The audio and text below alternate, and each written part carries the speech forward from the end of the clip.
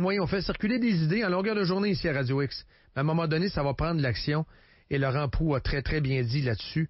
On va aller rejoindre M. Charles Milliard, qui est le PDG de la FCCQ, qui met une offre sur la table carrément. C'est un projet sur les restaurants. Puis je vais tenter d'y comprendre quelque chose. Bonjour, M. Milliard.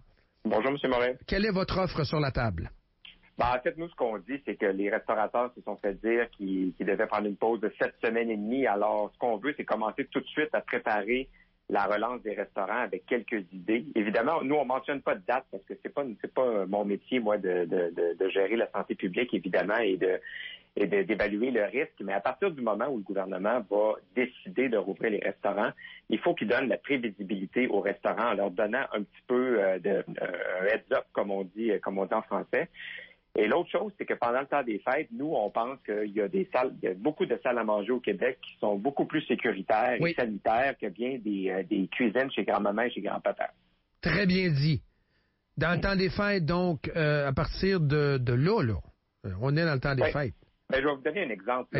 C'est pas un exemple commandité, mais il y a bien des familles avec une bulle d'une dizaine de personnes qui pourraient se rassembler dans la salle à manger chez Saint-Hubert, beaucoup plus que justement chez ma tante ou chez mon oncle où les règles sont peut-être pas autant respectées autour du comptoir de la cuisine. Alors moi, c'est des propositions constructives qu'on fait parce que là, il faut vraiment prendre la défense des restaurateurs parce que nous, ce sont nos membres un peu partout au Québec, dans toutes les régions, et je trouve qu'ils sont un peu laissés pour compte en ce moment. Qui comprend pas, M. Milliard?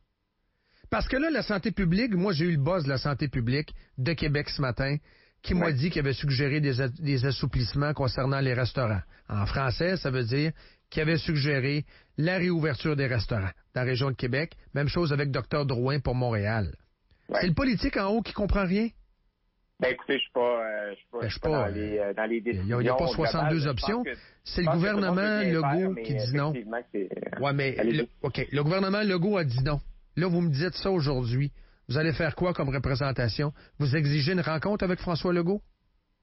Au brassage un peu, là.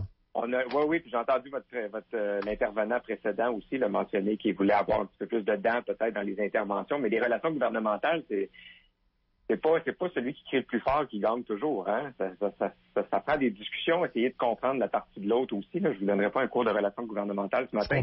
Mais ceci étant dit, il y a des mesures aussi qui avaient été mises en place à la fin du printemps, au début de l'été, vous vous rappellerez, entre autres, le report des remises de TPS et vécu. Ça peut sembler banal, mais pour bien des entrepreneurs, ça permettrait de garder les liquidités dans l'entreprise. Alors là, on avait arrêté ça parce qu'on avait rouvert les restaurants. Mais nous, ce qu'on propose, c'est de remettre sur le plancher, finalement, les remises, au moins jusqu'au 30 juin. Puis l'autre chose qu'on propose qui est intéressante, c'est que quand on va rouvrir les restaurants, si jamais, par malheur, on doit les refermer, on peut plus ne refermer au complet les restaurants. Oh non, il faut toujours qu'il reste un petit filet d'eau, là, c'est l'image que j'utilise, pour qu'on puisse garder les chaînes d'approvisionnement ouvertes, qu'on puisse garder un minimum d'employés et faire de la méga distanciation sociale s'il faut. Mais on peut pas juste fermer le robinet comme ça à chaque fois. Est-ce que vous, dans vos relations gouvernementales, vous avez une firme de lobbying? Est-ce que vous discutez avec le gouvernement actuellement? Ben non, on n'a pas une firme de lobbying, on est nous-mêmes une boîte. Vous êtes une boîte, mais en même temps, visiblement, à date, le message passe-tu? Pas vraiment, là? Ben écoutez, moi je pense qu'il y a une plus grande sensibilité qu'on pense de la part des élus. N'oubliez pas que les élus en reçoivent des téléphones nous autres aussi, là. C'est pas juste pas juste nous autres à la radio qui en jasent.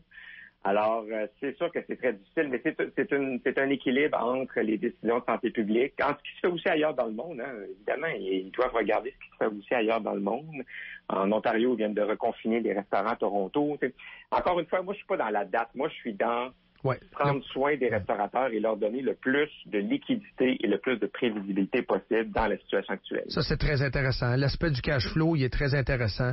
Et au final, vous ne demandez pas un crédit de taxe, ou vous ne demandez pas une absolution, vous ne demandez pas une amnistie, vous dites reporter tout simplement. Donc, le gouvernement ne se privera pas au final d'entrée d'argent. C'est juste de permettre le maintien du cash flow pour que l'entreprise puisse survivre. C'est vraiment un report. Donc, c'est pas une amnistie comme vous le dites, mais ceci étant dit, il y a des aides directes aussi qui sont offertes en ce moment, vous le savez, jusqu'à 80% des frais fixes qui peuvent être remboursés, mais on le sait que dans certaines régions, honnêtement, je ne sais pas à Québec, là, mais dans certaines régions, entre autres en Estrie, c'est difficile d'avoir accès à l'argent parce que les MRC ne demandent pas toujours les mêmes chiffres aux restaurateurs pour avoir accès à l'argent. Alors, ça crée un peu de confusion. Je pense que tout le monde voulait bien faire en décentralisant les décisions puis les octrois d'argent, mais ça fait que c'est pas tout le monde qui a accès à l'argent en ce moment, là, puis on voit plein d'articles de journaux là-dessus. Alors ça, c'est décevant, puis il faudrait que ça se règle rapidement. Parce que l'idée est bonne, mais il faut que l'argent rentre. Mais en clair, vous exigez la réouverture des restos pour le temps des fêtes, pour permettre un lieu sécuritaire de réunion, parce qu'il y a beaucoup d'endroits au Québec. Faut pas penser, on a l'impression qu'on pense qu'au Québec, tout le monde vit dans des maisons ou dans des logements de 16 pièces et plus. Là. C'est souvent des 2, 3,5. Bien sûr. C'est des lieux, en termes de santé publique, potentiellement de contamination en termes de santé publique. Donc, de permettre le trop-plein, justement, de se déverser dans les restaurants qui, dans l'immense majorité, est extrêmement bien tenu. Et qui ont investi des milliers, même des dizaines de milliers de dollars en rénovation sanitaire. Mais ceci étant dit, ça ne s'applique peut-être pas à tous les restaurants pour le temps des fêtes. C'est aux restaurateurs à choisir. C'est ça. Ils sont capables de respecter les exigences. Puis l'autre affaire qu'on demande aussi, c'est de pénaliser ceux qui ne respectent pas les règles. Alors moi, je suis pas là pour défendre les gens qui veulent faire les choses tout croche. Ben donc, les pénaliser encore plus pour que ceux qui suivent les règles et qui suivent la CNESST soient récompensés en ayant le droit de recevoir des clients. Complètement d'accord avec vous. Merci, M. Milliard. Merci, bonne journée. Au revoir. C'est ce qu'on dit en ondes. C'est carrément ce qu'on dit en ondes.